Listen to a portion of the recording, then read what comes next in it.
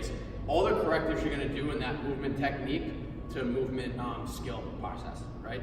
So a lot of times we're going to see athletes when they go to stop or accelerate. So roll, come out here.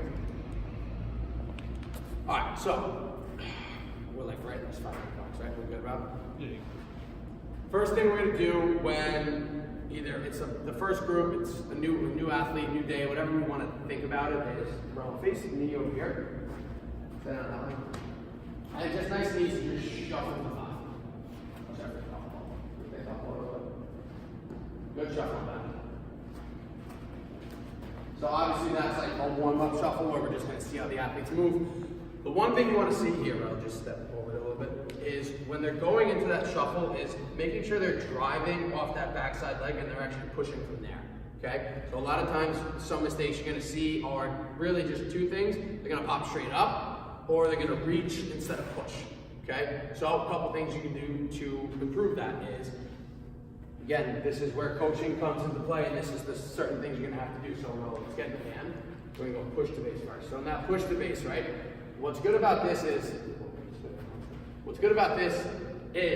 that it's working on acceleration, understanding that push off. Go ahead, ready? So push, hold that base position. So again, we want to be shift, stay right there.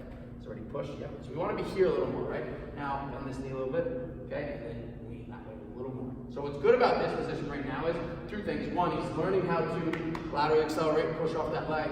But what this position also is, it's the cutting position. It's the angles, it's the shin angles they need to make, you stand up, that they need to understand how to incorporate, right? So if we're gonna go linear and then have to cut laterally, I'm still in this angle. That's one of the things that's important about that push to base is you're teaching two things. You're teaching how to shuffle and cut, and then you're also teaching how to actually push off that backside leg. So that's where that push to base comes into play. So let's go ahead, we're just gonna do about two. Let's go ahead, push, base, push, base. Good, relax. Thank you, thank you. Just hang out there for a second. Then from there, right, maybe that's good. They go ahead to shuffle again, still crap, or maybe you just want to build on that acceleration. You can do like, I haven't found a good name for it, but that push to stick, right? So it's just adding a little more power to that push to base movement. So you can go body weight first, however you're gonna do it, but it's just push, back to base. Push off that backside leg, kick the soccer ball out of the way. A lot of times you're gonna see an athlete do this and be right here, okay? When they shuffle, it's the same thing as when we sprint, that like gait cycle happens, right? So this front foot has to almost grab the ground a little more as they're shuffling. And again, some of these athletes don't spend a lot of time shuffling, but it's about making their movements more efficient so that when they're on the field, they're on the court, they're on the ice, whatever they're doing is they're understanding how to do all this stuff. Okay, you're just ingraining all this movement into the brain so that no matter what happens, they understand how to do it and they're going to do it well.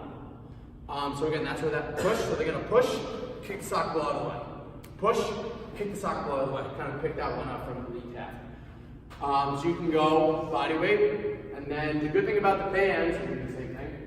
The good thing about the bands is they provide two things. They are, push the stick, whatever you want to call that, relax. It's going to involve two things, right? This is going to serve as a progression and a regression, right? An athlete might be good at it, it never hurts to add a band around the waist to add a little more power. Athlete might really stink at it, this is going to help them understand how to drive off that backside leg. So let's just go through one, ready? And go. Good. Coming back. So the first thing you did was pop straight up. So this is where the band comes into play again. So it's two things. It's reminding them about the tunnel, right? So get back down there. Stay inside the tunnel, don't let your head hit my hand. Ready? And go. Good, relax. Okay, two things, and then the second thing you do with the band is around the ribcage. So ready? Try that again. And go. Good. So what the band around the ribcage is going to do, it's going to, one, hopefully prevent some shoulder swing, and again, holding them down here a little bit, it's going to prevent that pop straight up. Okay? So those are two things you can do to just work on acceleration. Okay, so those are like those correctives. So they're really bad at shuffling. Now they understand how to drive off that backside leg load. Second thing is now, so maybe we're just gonna go body weight, cuts, we're gonna see what it looks like, okay? Question, sorry. Before we go to cuts, we're gonna go stop. So it's that body weight and stop into that position, okay? So some of the things you're gonna see is them falling over the backside, the front side foot, right? So now it takes too long to get out of this position to get back down. It's also going to put them in a bad spot to increased chance of getting hurt. All right, so if that sucks, there's probably gonna be another thing where maybe they hit, right, they're trying, but they smush it to the ground. You get like that, they're into mud instead of hitting the ground like a trampoline. Two things, there's actually a lot of things you can do from this position, but the first one, to understand that body awareness and understand how they have to do it. One, bring it to their attention, telling them what they're doing wrong and see if they can fix it, okay? In its simplest form, remind them to push the base. If that doesn't work, probably one of the best things to do is just get in base position, okay? Lean here, understand they're here, okay? Lean this way, okay? Just understanding base position, understanding where their feet and their ankles need to be. Okay, so these are simple things you can do right here. Just have them go back and forth. So now when they get here, it's a little better. From understanding that, you can just go body position switches. Get them here, load into that leg, and it's just push and switch, right? Push. And now you're just working on creating those shin ankles. So they understand it. So now when they get here, it's the same thing we just did. Okay? You can also add a little elevated surface into it, so now they're really pushing off the backside leg and then receiving on the backside leg. So again, those are just a couple things you can do to improve that stop right off the bat. Another thing you can do after you've done that and they look a little better, next thing you can do is just go ahead and shuffle and stop. Ready? Sort of like what the tank did, or yeah. Ready? And go. What? All the way down or something? Just one shot. Ready? And go. Good. Okay, so a couple things you seem to pop straight up. Obviously that's, again, a lot of the times it's just reminding them about it. And then, so what the band's doing is, really relax, it's pulling them into the movement, okay? You're actually working on pulling them into the movement to allow them to understand what that stop needs to feel like, okay? You're not working on speed, you're not working on strength, you're working on having the movement pattern get improved. So go ahead, stay a little lower in that shuffle, push across the ground. Good, he's getting pulled into this, understands where the shin angle needs to be. So then from there, you're just gonna go body weight subs, same thing, ready? And go. Now they understand, he hits the ground, his ankle's kind of stiff. Third thing we're gonna do last with the band, this one's a little harder. Yeah, so walk it out. You're just gonna go assistance, now you're just pulling them into it, okay? A couple things with the band is always make sure you're behind them, okay? A lot of times you're going to see with athletes that they like to be on their toes, they don't like to be in their hips. See that a lot in basketball players and female athletes. So making sure you're always pulling them back into their hips. So now even two, you're just improving now. Ready? And shuffle stuff. Go. Good. Okay, so those are some of the things you can do to improve the stop. Remember, you can put them in right off the bat. Or it's just, if the session isn't going the way you need to, they keep making the same mistakes, just show them how to do it. And also, it's one thing of just putting them into positions to understand how to do it. That's probably one of the most important things we're going to do here. Okay, so they know how to stop now. Right now, it's changing direction. Now it's actually getting into the cuts, understanding everything. One of the big things you're going to see is now they move that whole body too much. Okay, so you can go just that.